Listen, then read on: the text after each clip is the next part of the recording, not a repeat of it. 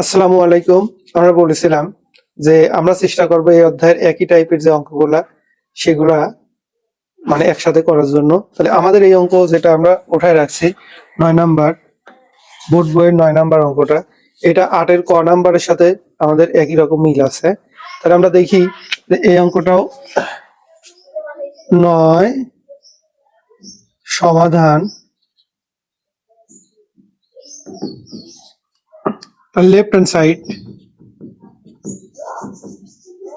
সাইডটা cos a 1 minus tan a plus sin a 1 minus cot a।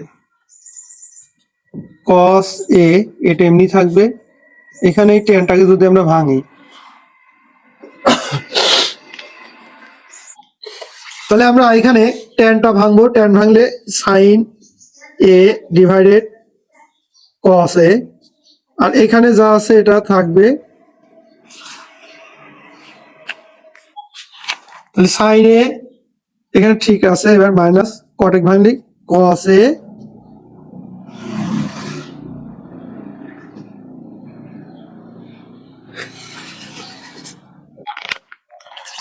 a divided sin a। তো এটা যদি আমরা উপরে যা আছে সেটা আমরা ঠিক রাখবো, cos a ঠিক রেখে এখানে আমরা লসাগু করবো। আমরা জানি দুইটা ভগ্নাংশ যদি ধরি, এটা ভগ্নাংশ যদিও হর নাই তাহলে সেক্ষেত্রে আমাদের একটা মাত্র হর, এই হরটাই হবে লসাগু। আমরা জানি যার হর নাই তার সাথে লসাগু গুণন, cos এর সাথে 1 এর গুণ হলে cos এই হয়। আর sin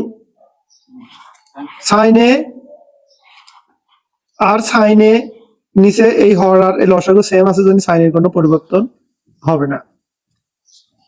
এখানে আমাদের sin a যা আছে তাই থাকবে, এটা একটা মাত্র হর, সেটা হচ্ছে কি sin a।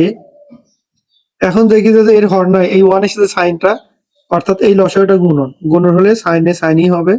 আর এই হর আর লসাগু মিলে গেলে লবের কোনো পরিবর্তন হয় না। এখন এই cos এর সাথে এই টোটালটা কি আছে, টোটালটা ভাগ আছে, এই টোটালটা ভাগ আছে। তাহলে আমরা লিখবো cos a divided cos a sin a, নিচে cos a, এখানে sin এর সাথে sin a divided sin a cos a divided sin a। কারণ ভাগ যখন গুণ হয়, এই ভাগ যখন গুণন হবে তখন হর লব হবে, অর্থাৎ এই নিচেটা উপরে যাবে আর উপরটা নিচে আসবে, অর্থাৎ নিচেটা উপরে যাবে উপরটা নিচে আসবে। এটার ক্ষেত্রে তাই, ভাগ যখন গুণ হয় তখন এই নিচেটা উপরে যাবে, অর্থাৎ sin a উপরে যাবে আর নিচে sin a minus cos a। cos আর cos একই জিনিস দুইবার গুণ থাকলে পরে স্কয়ার হয়, cos a cos square a, cos a cos square a নিচে যা আছে তাই। এখানে sin আর sin স্কয়ার a আর নিচে যা আছে তাই।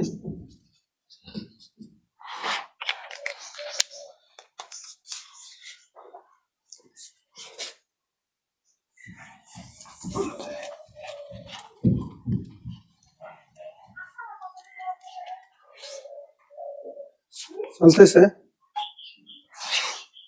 তো আমরা এখানে একটা জিনিস দেখি যে নিচে কি আছে না, এখানে আমরা একটা জিনিস দেখবো, এই হর আর এই হর প্রায় একই রকম। তো একই রকম করার জন্য আমাদের কি করা লাগবে, তাহলে আমাদের প্রথম হরটা যা আছে তাই থাক, তাহলে সেটা কি cos a minus sin a, আর উপরে আছে cos স্কয়ার a।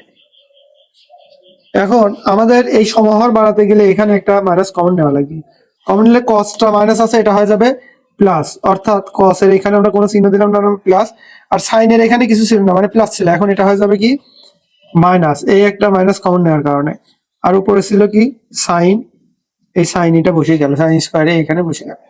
এখন আমাদের এই মাইনাসটাই প্লাসের সাথে গুণন হবে, গুণন হলে এখানে যা আছে তাই থাকবে, নিচেও যা আছে তাই থাকবে, কারণ এই মাইনাস আর প্লাস আমরা জানি ভিন্ন চিহ্ন যদি গুণন হয় তাহলে ভিন্ন চিহ্ন গুণ হলে মাইনাস হয়। এখানে যা আছে তাই থাকবে। এখন এটা আমাদের কি হলো সমাহর। সমাহর মানে দুইটা ভগ্নাংশ বা তিনটা ভগ্নাংশ যতগুলো ভগ্নাংশ থাকবে হর একই যদি হয় তাকে বলা হয় সমাহর। সমাহরের লসাগু কি যে কোনো একটি নিতে হবে আর উপরে যা আছে তার কোনো পরিবর্তন হবে না, কস স্কোয়ারে মাইনাস সাইন স্কোয়ারে।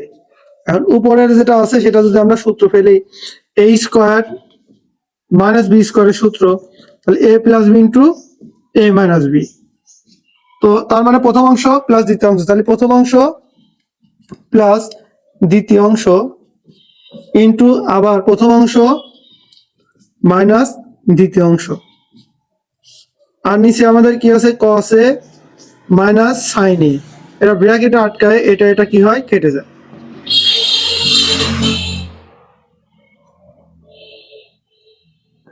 এটা কেটে গেলে আমাদের এখানে কি থাকে কস এ প্লাস সাইন এ, অর্থাৎ আমার রাইট হ্যান্ড সাইডের সাথে আমাদের এটা মিলে যায়, রাইট হ্যান্ড সাইড। সুতরাং left hand side equal right hand side proved.